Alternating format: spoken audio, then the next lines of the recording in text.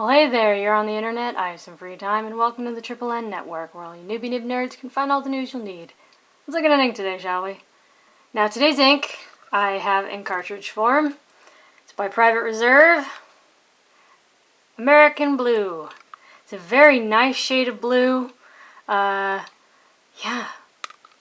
American Blue is definitely what, because this color just so reminds me of that blue of Captain America.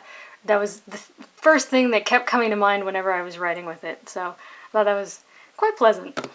Now, the pen that was used is this Knox Galileo with a medium nib, but the thing is, this nib actually has a good little bit of flex in it. I'm not calling it a flex nib, but something I've noticed with these Knox nibs, the mediums actually tend to have a good bit of spring to them. Let's see if I can show you. And that's not even me, really pushing it. That's just how comfortable I am, really. You see that? I mean, that's kind of impressive, right?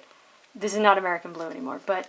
So anyways, the downstrokes tend to be pretty wet, so I called this a wet nib, so just keep that in mind. It is a medium, but it is kind of a wet medium. Thought I'd compare it to some other blues. Here's Private Reserve's American Blue up at the top. And then a nice straight blue, right? Doesn't really lean either way, it's just such a blue.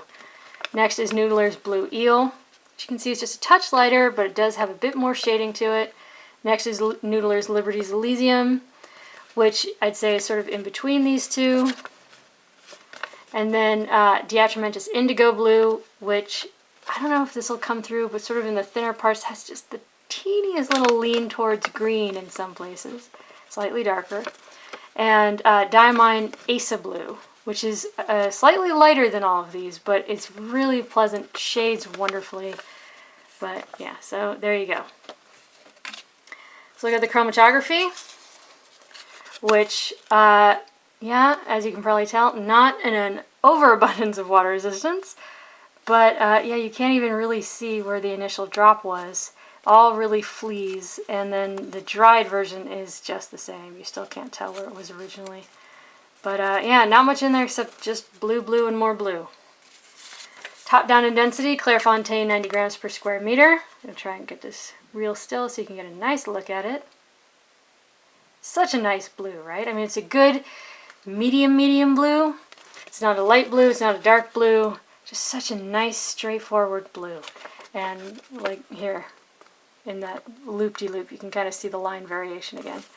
But yeah, it shades, but it never loses that medium blueness. It doesn't get overly dark, doesn't get overly light.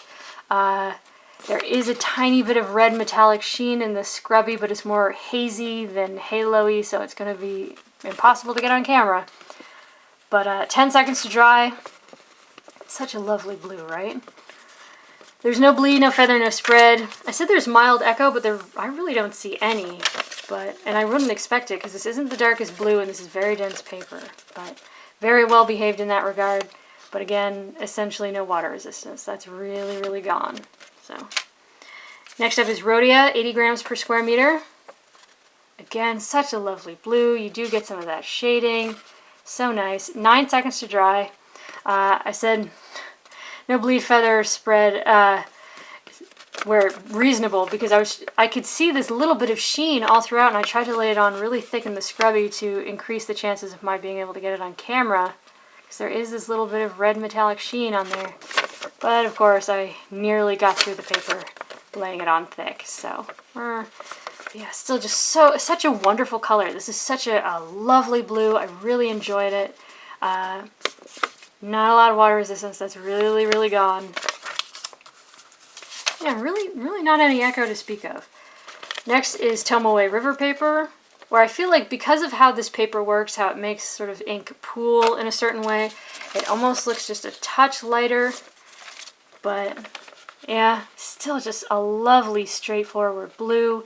And hopefully I'll be able to get the metallic sheen on here this time. You can kind of see a bit of it there on camera, around the wettest parts.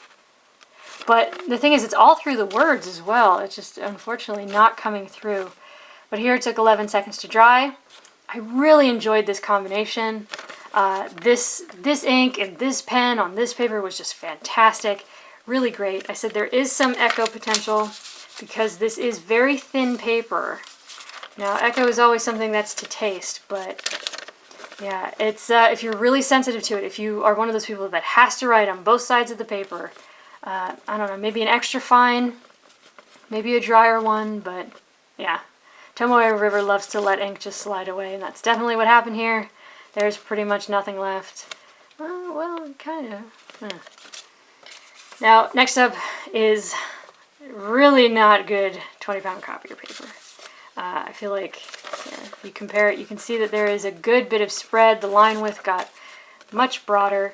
You really lose pretty much all of that shading, but still it's a very pleasant blue. I was kind of enjoying the color regardless. 2.5 seconds to dry. Yeah, it's not great. There's not a lot of like actual feathering feathers. There's just sort of like a haziness to it, like it's kind of woolly.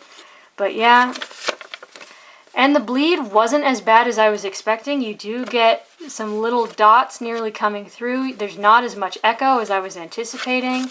Really not bad. Because this is such an absorbent paper, it's hard to wash all of it away. However, a lot of it was washed away, and there was a decent bit of exploding and feathering. This paper really hates water. Next up is Mead Notebook Paper. And if you don't believe that it's Mead, you can see the name right there. Yep, genuine Mead paper. Anyways, here you do see that there is just a tiny bit of that shading remaining. Just a bit. 3 seconds to dry. Yeah, it's really not bad. I said there's impressively minimal bleed for wet medium pen, and there definitely is. I mean, you see some here at the edge and really not anywhere else. There is a tiny bit of echo, but I mean, I'm holding this right up to the camera under intense light, so grain of salt. Oh, and there I crossed something out, and so, yeah. Cut some slack, come on. This is very cheap paper. Very well done. Color is still bright. I'm still really enjoying the color of this ink. Just like that quality of blue is very pleasant. However, this paper also really hates water, so there is plenty of feathering and exploding that would be hard to recover. Now, lastly is Moleskine notebook paper. However, unfortunately, this is that really well-behaved, shiny on one side, at least 10 years old Moleskine paper. So I apologize that I cannot guarantee similar results on modern Moleskine paper. Here it took 8 seconds to dry. Here you still get some of that sheen. Here there's still shading.